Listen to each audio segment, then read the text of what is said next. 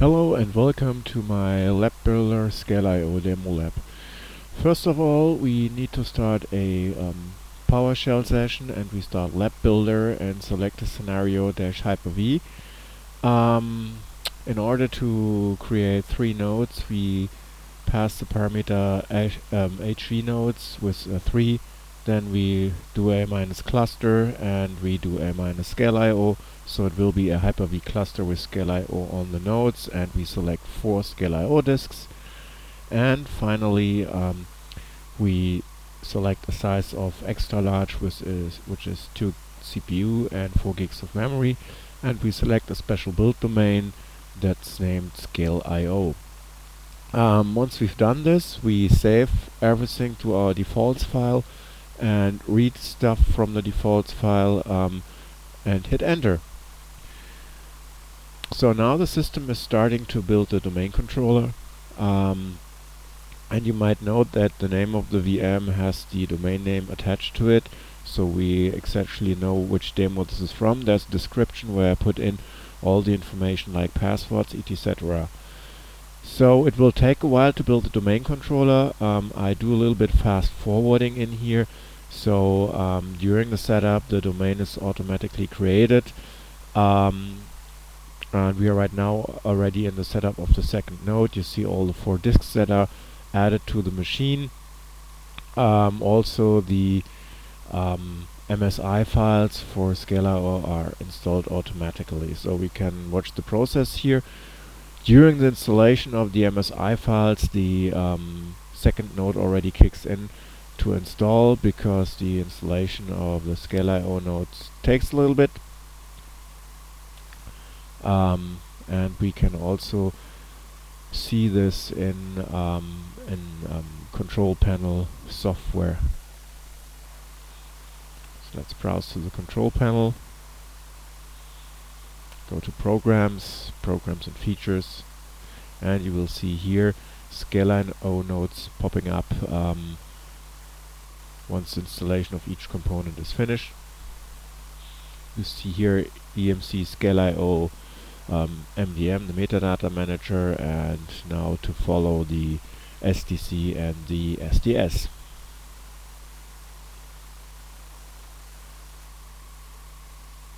I tried to automate as much as possible, so the only manual steps will occur after the installation of all 3 nodes and the cluster is done. Then we will go in and create actually the first MDM, because we have to pass some license agreement stuff. Once this is finished, I have everything ready scripted, so the only thing that you need to do is copy and paste some scripts, and during that you will see how the installation runs.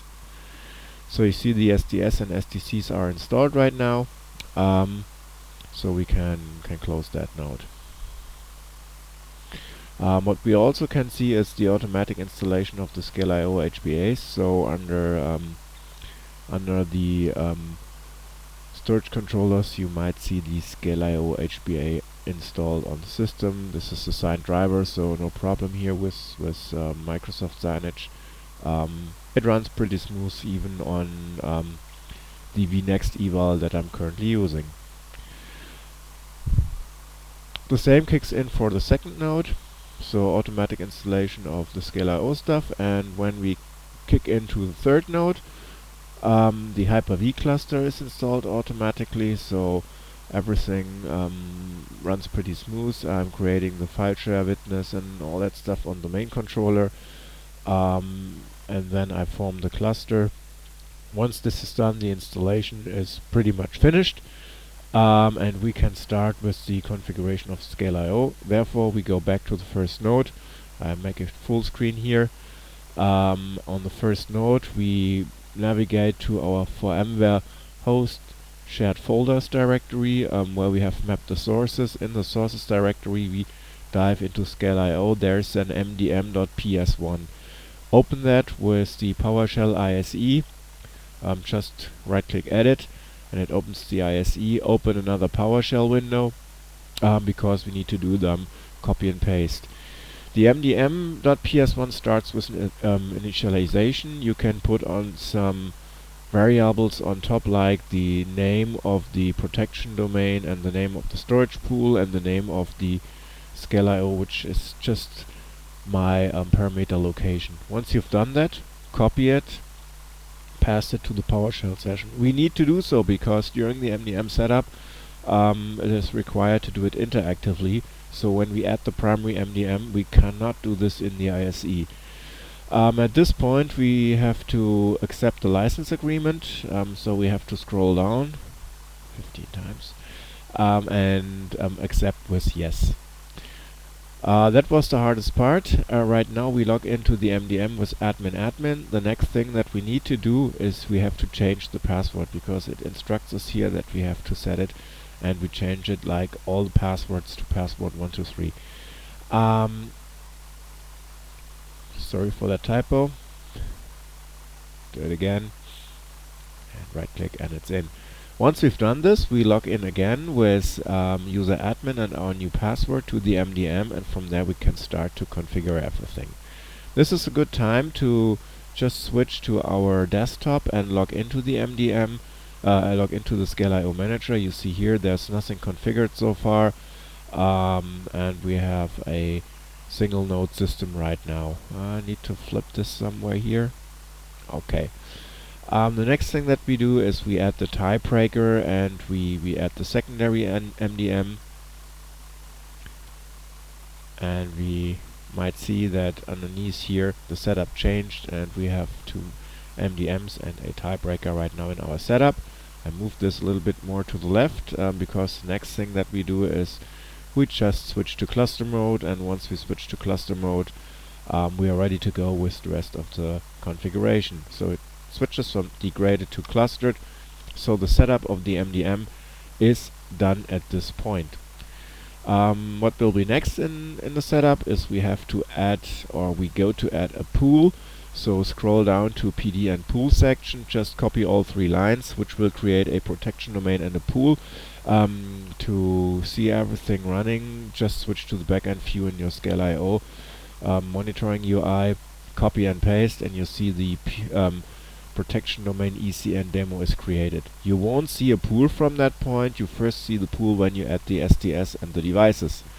So to add the SDS and the devices, we first do a get disk to verify that all the 4 disks we requested are created and online, and we do a get volume just to verify that they got like drive letters, because I instructed Windows to get automatic drive letters. With this PowerShell command, I just get the drive letters that we have, and we have drive letters from E to G, and now we start to create the SDS. We use the first drive, which is drive letter 0,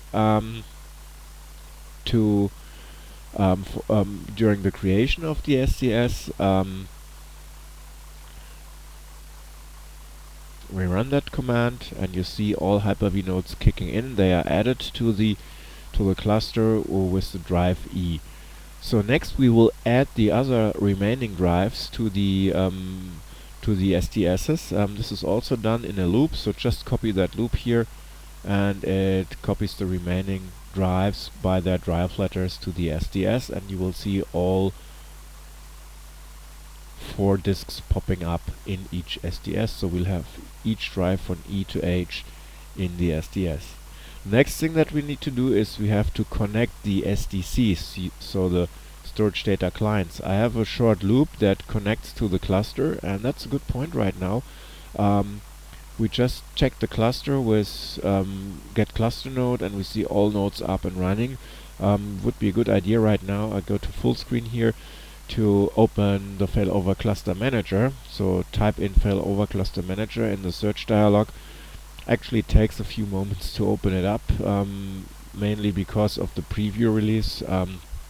If we go to storage, we can see there's no storage currently configured, and we can see also when we go to the nodes tab that all nodes are up and running currently. So we focus on the disks, because this is where we later on will see disks are added. But for now, switch back here to the window mode. I just copy the 3 nodes loop, which does a PS remoting into each node, I switch to the view here in the system overview, and now I run this and I PowerShell remote into each of the nodes and register the node um, with the RV CFG to the SDS. So the last thing that I need to do is I need to add or create some volumes and maps them to the SDCs. So I have a loop that starts in the volume section, copy the whole loop that will go out and create like 10 volumes. If you have the failover cluster manager still open, you will see the disks popping up in the failover cluster manager. I rename the cluster shared volumes to ScaleIO CSV, and then the volume name I've created in the or the volume name I've used for the creation of the volumes. While this is running, we can go to our sources and copy the disk PD, which is the disk speed test from Microsoft,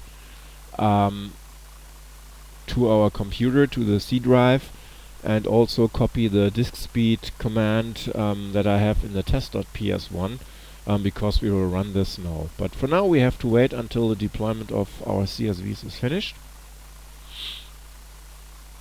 Once this is done, I guess I configured 10 here. You might adjust it to your needs, only create 3 CSVs.